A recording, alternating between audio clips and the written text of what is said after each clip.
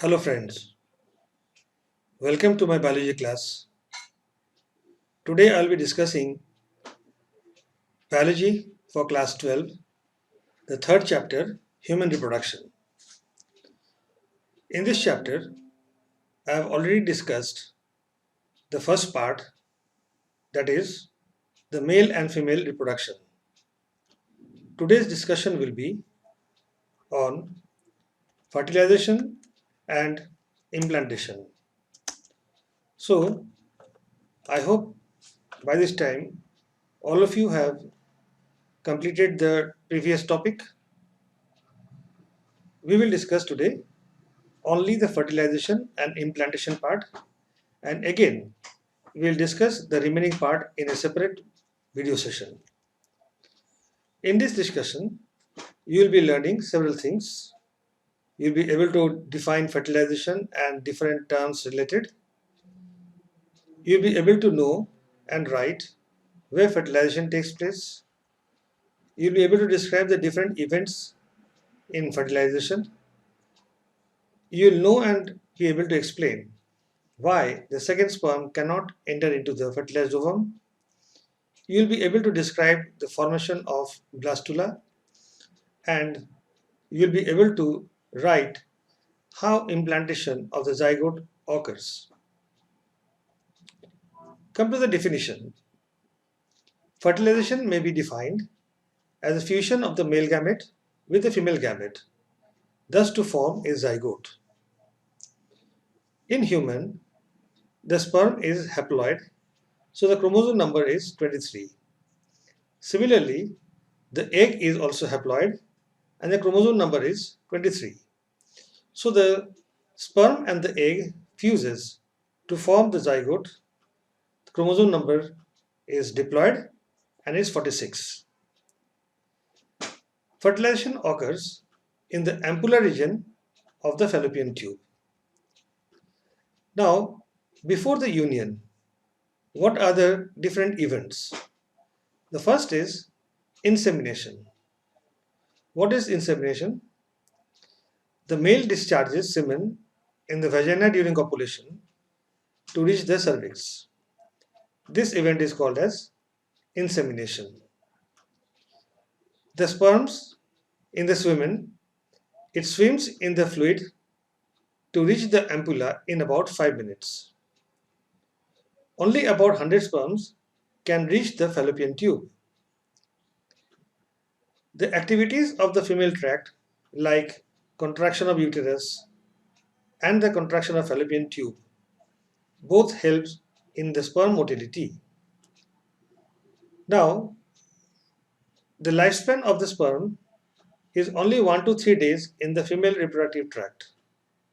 But the fertility period of the oocyte is only 12 to 24 hours after ovulation, though the egg can survive up to 72 hours. So, the egg, which is in the secondary oocyte stage, is released by the rupture of the mature Graafian follicle.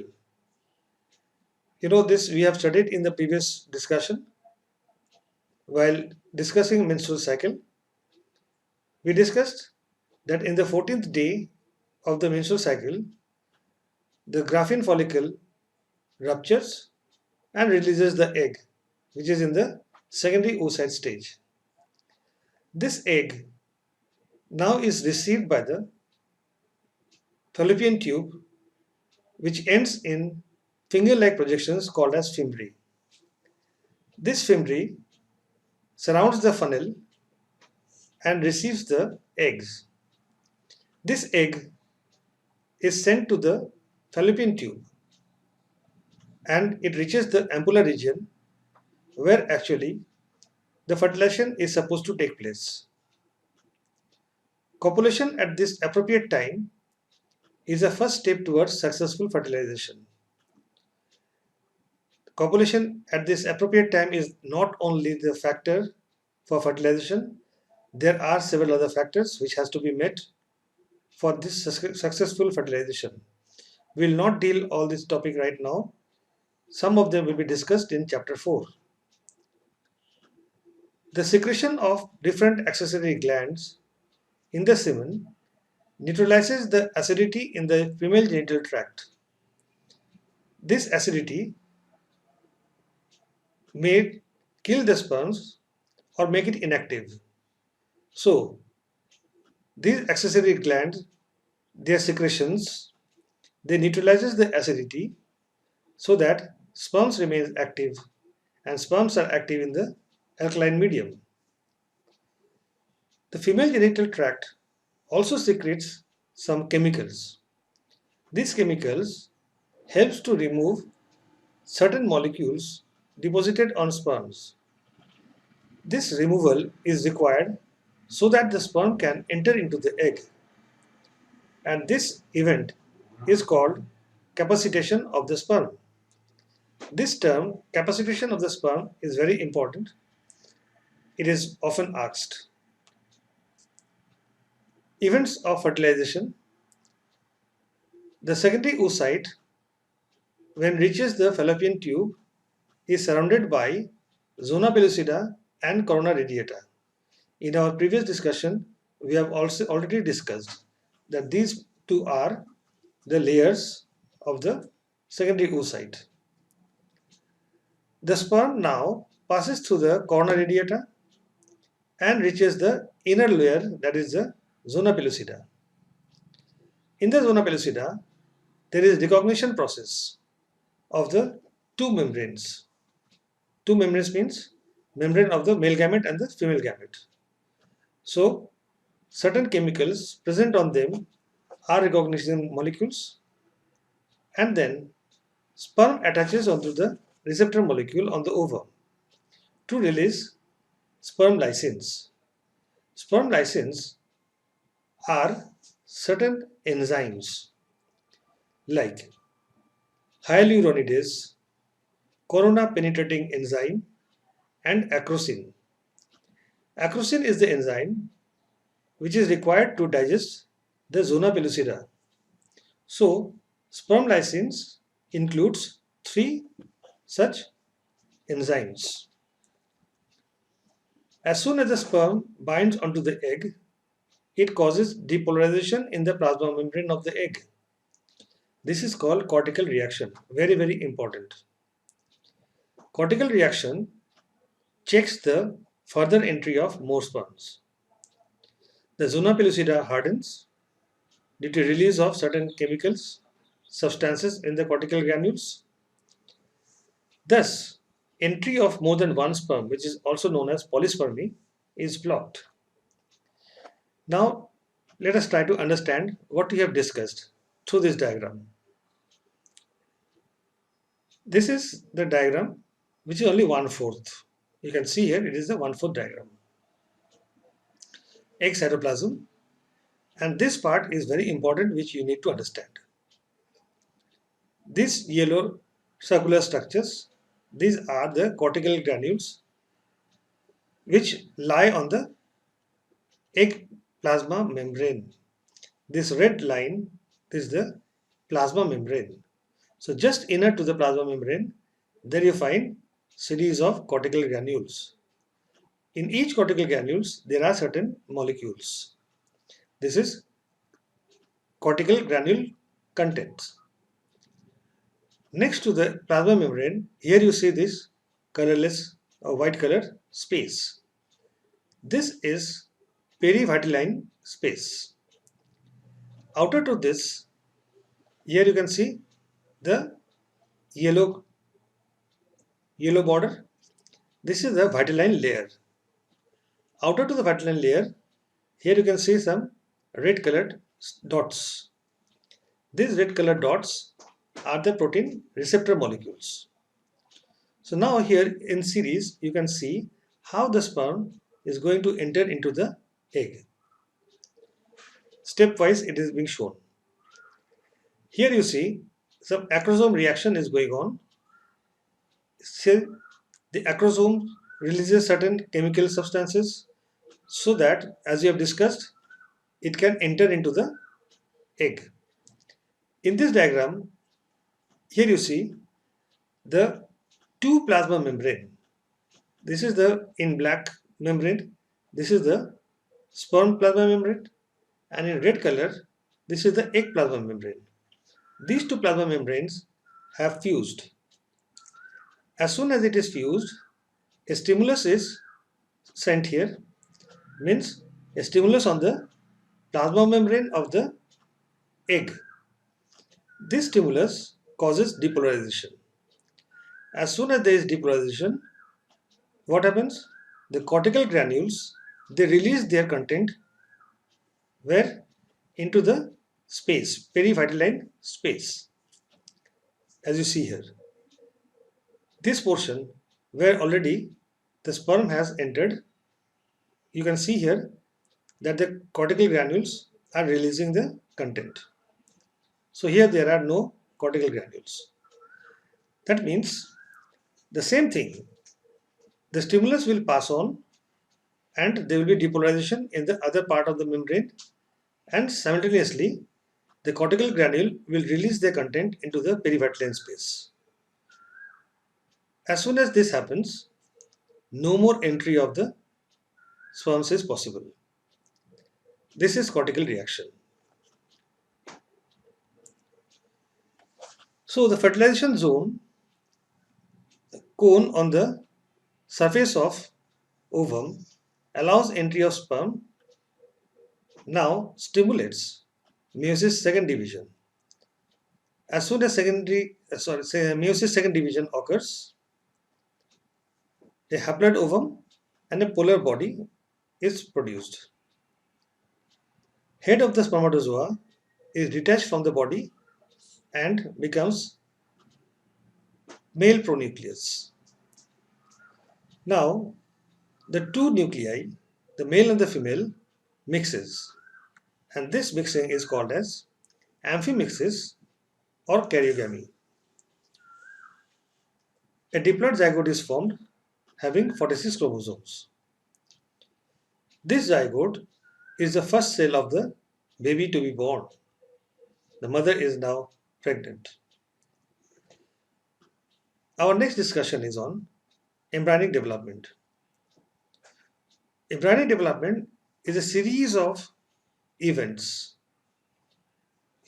Today we will not be able to discuss all the different events of embryonic development. Here you can see we have studied this portion, that is the fertilization part. After fertilization, these are the events which are supposed to take place. See A, B, C, D, E, F, G, H. Here H means here the implantation occurs. Thereafter, the fetal development continues till the child is born. Today's discussion will be up to this much, means up to implantation. What is embryonic development? It is the development of the egg or the zygote into full form individual till the time of birth, and this occurs inside the mother's womb. This is called as embryonic development. So embryonic development is a sequence of several events, and these events are cleavage divisions, also called as segmentation, formation of morula, we will discuss one by one, formation of blastocyst, implantation, just now I have told you this is the implantation here, and the other steps, other phases we will discuss on other day, that is formation of extra embryonic membranes, formation of placenta, gastrulation and formation of 3 germ layers, organogenesis and major developments in different months, and finally parturition. We will discuss this later on. Let us now come to cleavage. Cleavage is a series of rapid mitotic division of the zygote. Here in the diagram you can see that after fertilization, cleavage division occurs and there is rapid mitotic division. Though cleavage division is mitotic in nature, but typical mitosis and cleavage do differ. Let us see how they differ. Cleavage divisions are in quick succession. That means They occur at very large speed. One division occurs, immediately the daughter cells divide. The daughter cells don't get time to grow larger and then divide, which occurs in typical mitosis. Here it doesn't occur. In mitosis, the two cells they grow in size and then again divide. Here it doesn't occur. Due to which the interphase is short. So very short duration interphase. Due to very short duration interphase, there is no cell growth. Since there is no cell growth, the daughter cells here called as blastomeres, they become smaller. So after every cell division, the blastomeres keep on reducing in their size. But the protein and other things may not be synthesized. The DNA synthesis do occur. Unlike the typical mitosis, here DNA synthesis is very fast because without DNA synthesis, cell division is not possible. The shape of the embryo do not change because it is only the cell division taking place. During cleavage, what happens? The zygote passes through the fallopian tube and reaches the uterus. In human, cleavage is holoblastic. What does this term holoblastic mean? Holoblastic means here the cell divides into two complete daughter cells. But the two daughter cells do not separate, they remain together. The first cleavage division takes place about 30 hours after fertilization and it occurs along the animal vegetal pole. So, if this is hypothetically, I am drawing it here, so it occurs like this in the animal vegetal pole axis. Cleavage division need not be of equal size cells. Now, after the cleavage division, the blastomeres are produced and the blastomeres do not separate, they remain attached to one another. Second division occurs about 60 hours after fertilization, now which is right angle to the first division. Now, if the first division was like this in the animal vegetal pole axis, the second division is like this. It is in the right angle to the first division.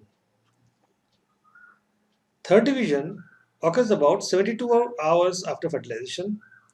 Like this, division continues, in cleavage division continues, and number of blastomeres keeps on increasing and forms a ball of blastomeres, solid ball. This is called as morula. A morula is a 16 to 32 cell structure.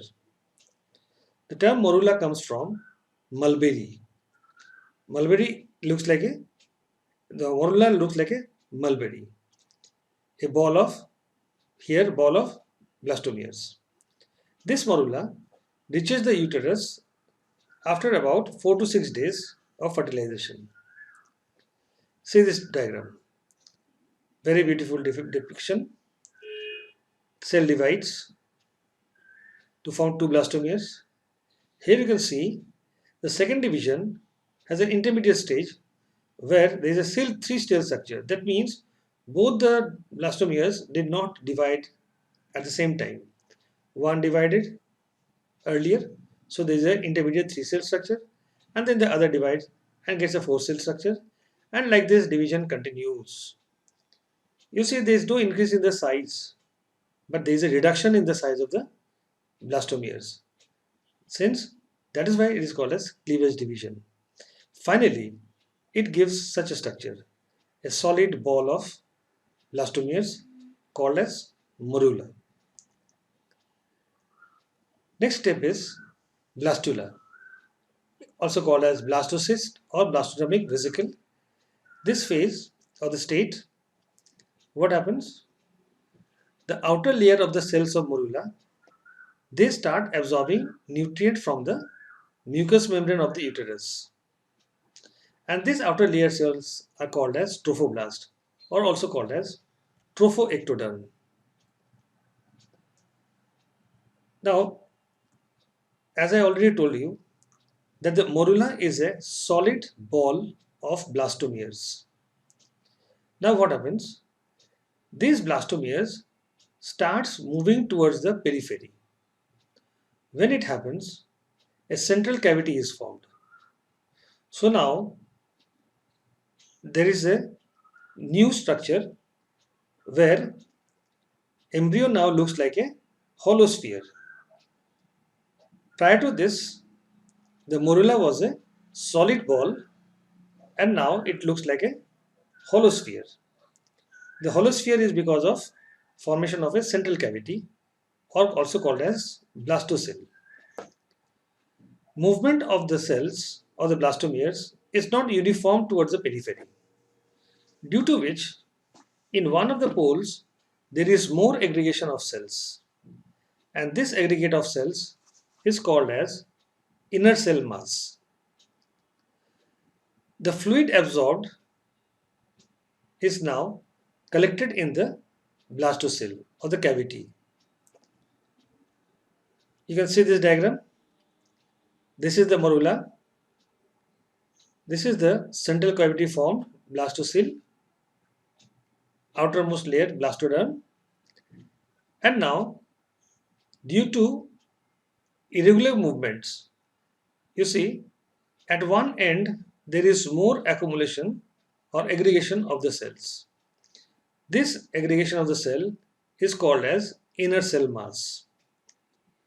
Now let me remind you that this inner cell mass has very important role to play in our next discussions. Why? Because where this structure, the blastocyst, will attach to the endometrium is decided by the location and the position of the inner cell mass. Second, which we'll discuss in our next video, that is, when we study the formation of the three germ layers, there you will find the importance and the role of the inner cell mass, because it will be the morphogenetic movement of these cells of the inner cell mass which will form the three germ layers, ectoderm, mesoderm, and the ectoderm, which we'll discuss in our next video. Let us come to implantation. Implantation. What is this implantation? This is the process by which the embryo becomes embedded in the endometrium. It occurs about 1 week after fertilization. Now, just now I told you that the blastocyst, where inner cell mass is present, this portion gets attached to the uterus, means endometrium. As soon as the blastocyst attaches or it comes in contact with the endometrium, there is a rapid division of the trophoblast cells. These trophoblast cells, they release certain enzymes. These enzymes released from the trophoblast cells, they start corroding the inner lining of the endometrial wall. When the endometrial wall is corroded, then pit is created. It can be called as a depression also. Now, inside this pit or depression, the blastocyst is fitted. So the blastocyst enters into the pit and the endometrial cell starts growing around it. So ultimately, the endometrial cells engulfs the blastocyst. Here engulf means it is not destroyed, it just covers it, or it is surrounding the blastocyst, because it is the region where the further fetal development is going to take place. See this, we have studied this part, the oocyte, fertilization, cleavage, 2 cell, 4 cell, 8 cell, 16 cell, and so on. And ultimately, here it is the implantation of the blastocyst. So this is what we were supposed to discuss today. By this time, you have come across several terms. Just try to recall: insemination, capacitation, sperm lysine, cortical reaction, polyspermy, amphimixis, blastula, cleavage, inner cell mass, and many others. Some questions for you. These are some questions which I hope you will answer in your homework copies. You can write it down. Now, along with this, I have one more for you. That is, after you complete the whole chapter, you can appear in the online test. Here in this online test, you answer it and you get the result immediately. Here, I can show you the test. So before that, you must complete the total chapter. And then only I would suggest you to go for the test. Here it opens. This is an online test where you are supposed to click the right answers. So such type of test is available for all the chapters in biology, all the 16 chapters. So you can click on and get the question paper, online question paper, and you can answer it and get your performance. So we have already almost completed the discussion, and our next discussion will be on formation of 3 germ layers and fetal development. So I hope you have understood today's discussion. If not, you are free to repeat it, but learn it by heart. Try to understand it.